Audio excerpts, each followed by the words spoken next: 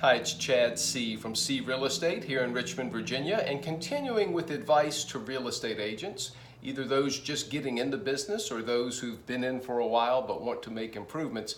Today I'd like to suggest that you watch your environment, especially in the workplace, or especially everywhere. Pay attention to your surroundings and whether or not they are conducive to, whether or not they push you on toward achievement, success, peace, happiness, or do they detract from all of that? Let's take the workplace, for example.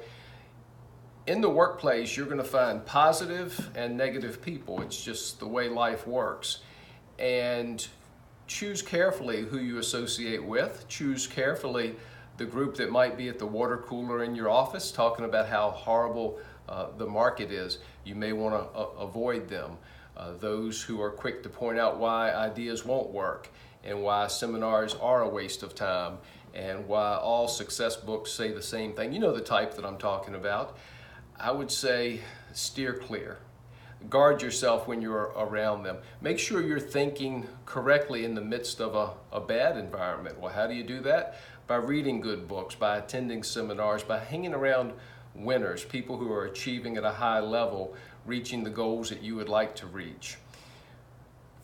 Be careful of your environment. Your environment can also include what you listen to, what you look at. So your off-duty hours, what you're reading, everything affects everything, and we're always being influenced, and we're always influencing. Let's make sure we're influencing in a positive manner and that we're only allowing positive influences to guide and direct us. Your environment, the way you intentionally surround yourself, will play a large part in whether or not you reach your goals. Now again, this is the assumption that you have goals and those goals are geared toward improvement and increasing and doing better.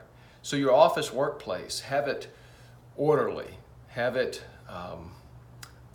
again in such a way that is conducive to productivity. And I know a lot of you can have your office just a mess and produce at a very high level, but the norm, most of us will find peace in the midst of a well-structured workday. That's another thing to talk about, your schedule. If you'll have certain times to do certain things and make sure that front and center on that schedule are things that will bring about the results you're trying to achieve. Otherwise, you get caught in the whirlwind, as I recently read. You're doing a little busy work, the day goes by, and not once have you spent any time doing the things that are going to bring about future business. So your environment, it covers a large span of ideas, but it's so important. And the first step is just being aware of your environment and the effect it's having on you, positive or negative. And if it's not leading you in the direction that you want to go, change your environment. Have a great week.